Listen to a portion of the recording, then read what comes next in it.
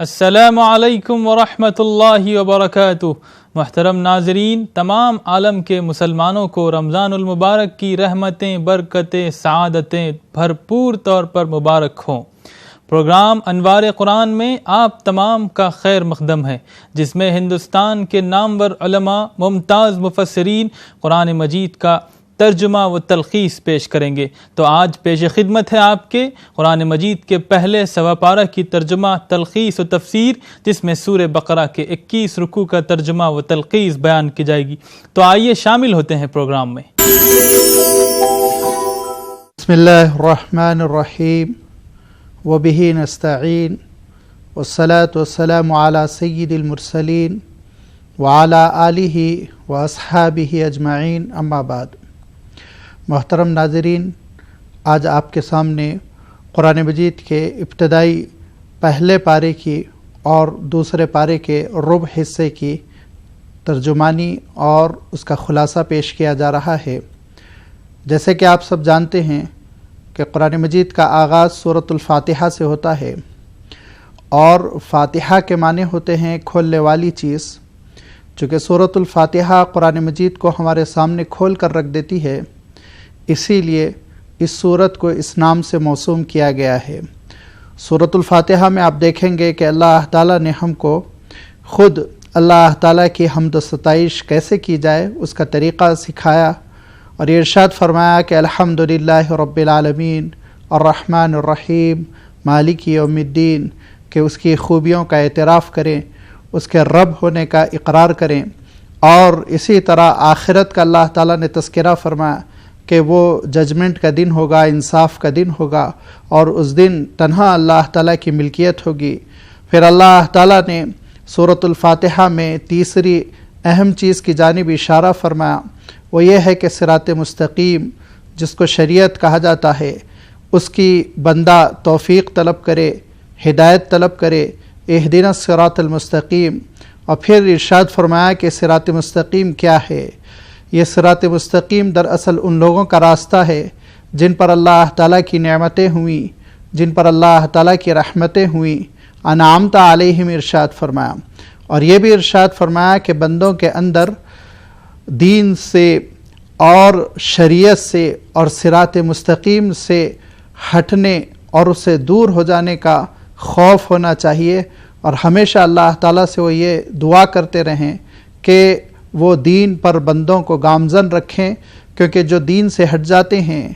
اور صراط مستقیم سے ہٹ جاتے ہیں، یا تو ان پر اللہ تعالیٰ کا غضب آتا ہے، جن کے بارے میں اللہ تعالیٰ ارشاد فرماتا ہے غیر المغضوب علیہم، یا پھر وہ بہت گمراہ ہو جاتے ہیں، جن کی جانب اشارہ کرتے ہوئے اللہ تعالیٰ ارشاد فرماتا ہے ولا الضالین۔ اس صورت میں اللہ تعالیٰ نے جب یہ ارشاد فرمایا کہ اللہ تعالیٰ کے دین سے جب بندے ہٹ جاتے ہیں اور صراط مستقیم کو جب بندے چھوڑ دیتے ہیں، تو پھر وہ اللہ کے غضب اور اس کی پھٹکار کے مستحق ہوتے ہیں۔ تو آپ دیکھیں گے کہ اللہ تعالیٰ نے سورۃ البقرہ میں ان قوموں کا تذکرہ فرمایا جن پر اللہ تعالیٰ کا غضب نازل ہوا، اور ان قوموں میں سب سے زیادہ قابل ذکر قوم وہ بنی اسرائیل قرار پائی۔ لہذا اللہ تعالیٰ نے سورۃ البقرہ میں ایک طرح سے غیر المغضوب علیہم کی تفسیر فرمائی، لیکن اس صورت کا آغاز ہوا، سورۃ البقرہ کا آغاز ہوا ایک عجیب و غریب تمہید سے، الف لام میم ذالک الکتاب لا ریب فیہ، یہ کہہ کے اللہ تعالیٰ نے جہاں حروف مقطعات کا تذکرہ کیا، وہیں یہ فرمایا کہ یہ وہ کتاب ہے جو شک و شبہ سے بالاتر کلام الہی ہے، اللہ تعالیٰ کی جانب سے، وہ سارے انسانوں کی رہنمائی کے لیے نازل ہوا ہے، ھدی للمتقین، اور جن کے اندر تقوی کا ملکہ ہوتا ہے وہ اس کتاب سے بہت فائدہ اٹھاتے ہیں۔ تقوی کا ملکہ کن کے اندر ہوتا ہے اس کی وضاحت کرتے ہوئے اللہ تعالیٰ نے ارشاد فرمایا یہ وہ بندے ہوتے ہیں جو نمازوں کو قائم کرتے ہیں، اللہ کی راہ میں خرچ کرتے ہیں، اور غیب پر ایمان رکھتے ہیں، اور آخرت کا پورا ان کو احساس ہوتا ہے۔ ان کے برخلاف ایک دوسرا گروپ ہوتا ہے، ایک دوسرا گروہ ہوتا ہے جو ایمان سے بالکل محروم، وہ ضد پر اور ہٹ دھرمی پر اور انانیت پر ایسا اس طرح سے اصرار کرتا ہے کہ اس کے دل کو گویا کہ مہر لگ چکی ہے۔ اور پھر اللہ تعالیٰ نے ایک تیسرے گروپ کا تذکرہ فرمایا اور یہ ارشاد فرمایا اس گروپ کا عالم یہ ہوتا ہے کہ جب وہ یہ دیکھتا ہے کہ دین میں کچھ منفعت ہے تو وہ دین کی طرف بھاگتا ہے، اور جب اس کو یہ محسوس ہوتا ہے کہ دین کے اختیار کرنے اور دین پر چلنے میں کچھ نقصان ہے تو وہ دین کو چھوڑ دیتا ہے، کبھی ادھر کبھی ادھر۔ اور ان کا تفصیل سے تذکرہ کرنے کے بعد اللہ تعالیٰ نے ان کی مثال یہ بیان فرمائی کہ ان کا عالم ایسے ہی ہے جیسے کہ صحرا و بیابان میں ایک شخص ہو اور کالی گھٹائیں چھا رہی ہوں اور زبردست بارش ہو رہی ہو اور بجلیاں ایسی چمک رہی ہیں کہ ایسا لگتا ہے جیسے جان کے لالے پڑے ہوئے ہوں۔ تو جب ان کو تھوڑی سی روشنی نظر آتی ہے بجلی کے چمکنے سے، وہ آگے کی طرف لپکتے ہیں، اور جب اندھیرا چھا جاتا ہے تو ٹھٹر کر رک جاتے ہیں۔ یہ ان کا عالم ہے جو دین کو فائدے کے طور پر استعمال کرتے ہیں، اور اگر قربانی کا مسئلہ آ جائے تو وہ رک جاتے ہیں، قربانی کا مسئلہ آ جائے تو ان کے پیروں میں رکاوٹ پڑ جاتی ہے۔ اس تمہید کے بعد اللہ تعالیٰ نے اپنے بندوں سے اپنی عبادت کا مطالبہ فرمایا، یا ایھا الناس اعبدوا ربکم، کہ لوگوں اپنے اس پروردگار کی عبادت کرو جس نے آسمانوں کو پیدا کیا، جس نے زمین کو پیدا کیا، جس نے اس کائنات کو سجایا، اور اس کائنات میں حضرت آدم علیہ السلام کو اس دنیا میں بڑے چاؤ کے ساتھ بھیجا۔ حضرت آدم علیہ السلام کی تخلیق کا تذکرہ فرمایا کہ حضرت آدم علیہ السلام کو پیدا کیا گیا، اور اللہ تعالیٰ نے ان کو اپنے اسماء کا علم عنایت فرمایا، اور پھر سارے ملائکہ اور فرشتوں کو حکم ہوا کہ وہ آدم کے لیے سجدہ ریز ہو جائیں۔ فرشتوں نے حکم کی تعمیل کی سوائے ابلیس کے، وہ رکا رہا اور اس نے انکار کیا، اور اس کے انکار اور اس کی ہٹ دھرمی اور اس کے ضد کی وجہ سے وہ اللہ تعالیٰ کے غضب کا مستحق ہوا،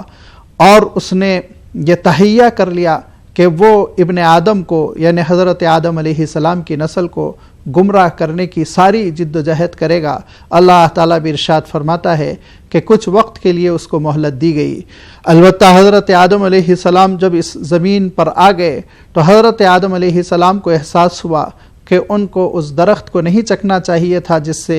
اللہ تعالیٰ نے ان کو روکا تھا، لہذا حضرت آدم علیہ السلام نے ہرگز ضد نہیں کی، ہٹ درمی کا بالکل مظاہرہ نہیں کیا، بلکہ رو رو کر گڑ گڑا کر اور گھگیا کر اللہ تعالیٰ سے توبہ کی، اور اس پر اللہ تعالیٰ نے ان کی توبہ بھی قبول کی۔ یہ پتہ چلا کہ حضرت آدم علیہ السلام کی نسل اور ان کی آل اور ان کی اولاد کو یعنی حضرت انسان کو ہمیشہ توبہ کی روش اختیار کرنی چاہیے،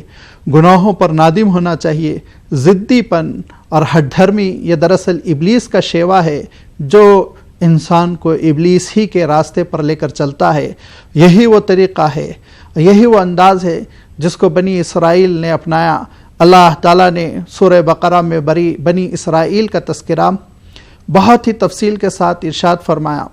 تقریباً 10 رکوع ہیں، رکوع نمبر 5 سے رکوع نمبر 15 تک آپ دیکھیں گے، جس میں اللہ تعالیٰ نے بنی اسرائیل پر اپنی نعمتوں کا تذکرہ فرمایا، اور اللہ تعالیٰ کی ان نعمتوں پر انہوں نے کیسے ناشکری کی اللہ تعالیٰ نے اس کی جانب اشارہ فرمایا، اور آغاز یوں فرمایا کہ یا بنی اسرائیل اذکروا نعمتی التی انعمت علیکم وانی فضلتکم علی العالمین۔ بنی اسرائیل اس وقت کو یاد کرو کہ میں نے تم کو ساری روئے زمین پر اور اس وقت کی ساری نسلوں پر فضیلت دی تھی اور بڑی نعمت تم پر کی تھی، لیکن تم نے ان نعمتوں کی کیسے ناقدری کی۔ اور اللہ تعالیٰ کی نعمتوں کی ناقدری کے سلسلے میں اللہ تعالیٰ نے 3 اہم بنیادی ان کی مثالوں کا تذکرہ فرمایا، جس میں پہلی چیز تو یہ کہ اللہ تعالیٰ نے ان کو ایک سیدھا سادہ دین دیا تھا،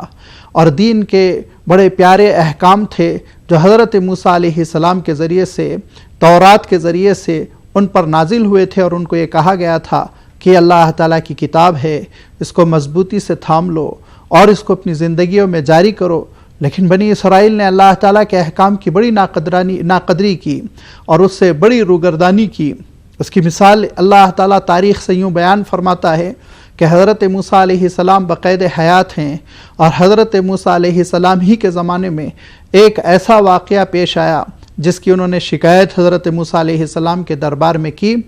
تو اللہ تعالیٰ کی جانب سے وحی آئی کہ اس مسئلے کو حل کرنے کے لیے ایک گائے ان کو ذبح کرنی ہوگی۔ چونکہ اللہ تعالیٰ نے یہاں گائے کا تذکرہ فرمایا اور گائے کو عربی میں بقرہ کہتے ہیں، اسی لیے اس سورت کا نام سورۃ البقرہ پڑ گیا۔ گائے کی قد و قامت کے بارے میں پوچھا، اس کے رنگ و روپ کے بارے میں پوچھا، اس کی عمر کے بارے میں پوچھا، اور ان کے سوالات کی کثرت کی وجہ سے اللہ کے حکم پر عمل کرنا ان کے لیے پیچیدہ ہو گیا اور مشکل ہو گیا۔ یہ ان کا رویہ تھا اللہ تعالیٰ کے دین کے سلسلے میں۔ اللہ تعالیٰ نے ان کو فرعون کے چنگل سے نجات دی، جو ان کو غلام و نوکر بنایا ہوا تھا، ذلت کی زندگی سے وہ دوچار تھے، تو ان کو سائے کی ضرورت پڑی، غذا کی ضرورت پڑی۔ اللہ تعالیٰ نے بدلیوں کو حکم دیا جو ان پر خیمے کی طرح تن گئے۔ اللہ تعالیٰ نے ان کے لیے منہ اور سلوہ نازل فرمایا جو کھانے پینے کی بہترین غذا تھی۔ یہ خدائی میزبانی تھی جس کی ان کو قدر کرنی چاہیے تھی، لیکن انہوں نے اس غذا کی اور اس خدائی میزبانی کی ناقدری کی، جس کی وجہ سے پھر وہ نہ صرف اس غذا سے محروم ہوئے بلکہ 40 سال تک اس صحرا میں،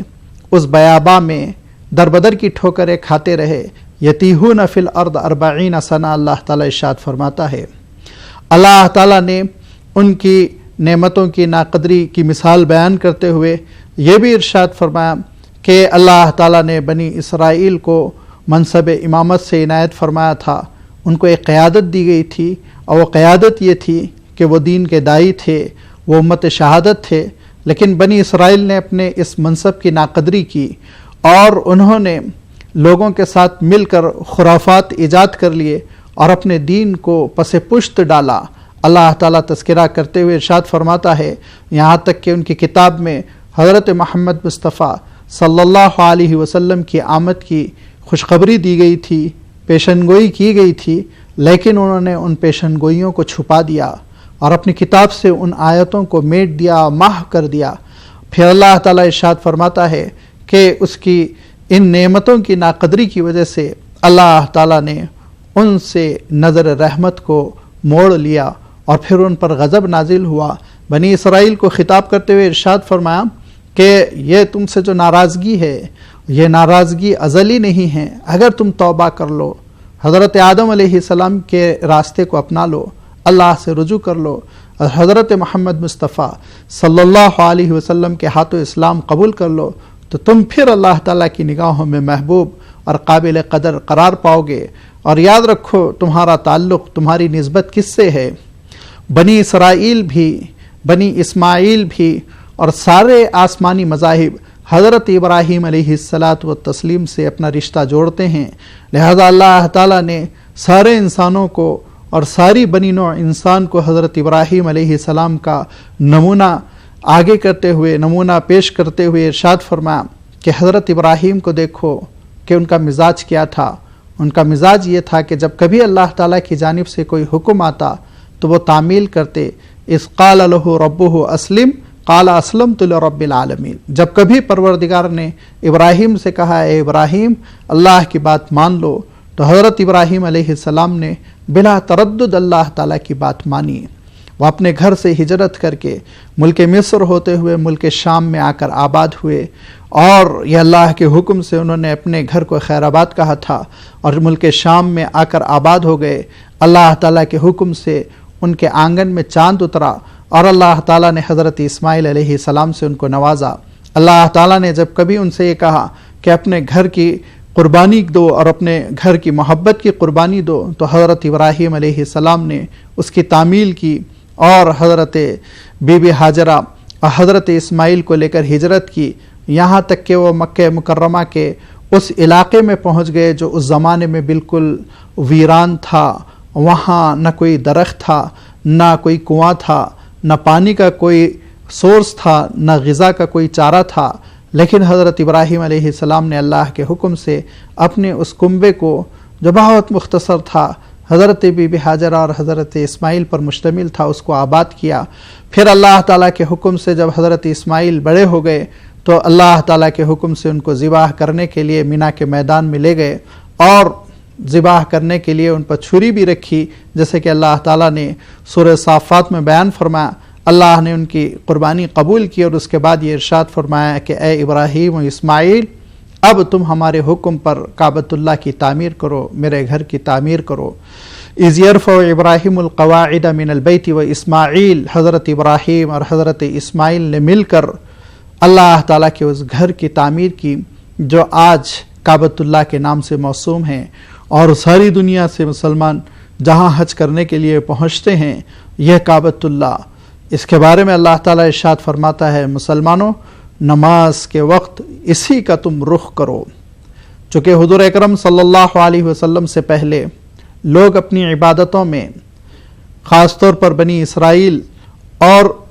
یہودی شریعت میں حکم یہ تھا کہ وہ ملک شام میں فلسطین جو شہر ہے جہاں پہ کہ مسجد اقصی ہے وہاں کا رخ کریں۔ جب اللہ تعالیٰ کی جانب سے یہ حکم آیا کہ اب اپنا رخ عبادتوں اور نماز میں کعبۃ اللہ کا کر لو، تو بنی اسرائیل نے بہت پروپیگنڈا کیا،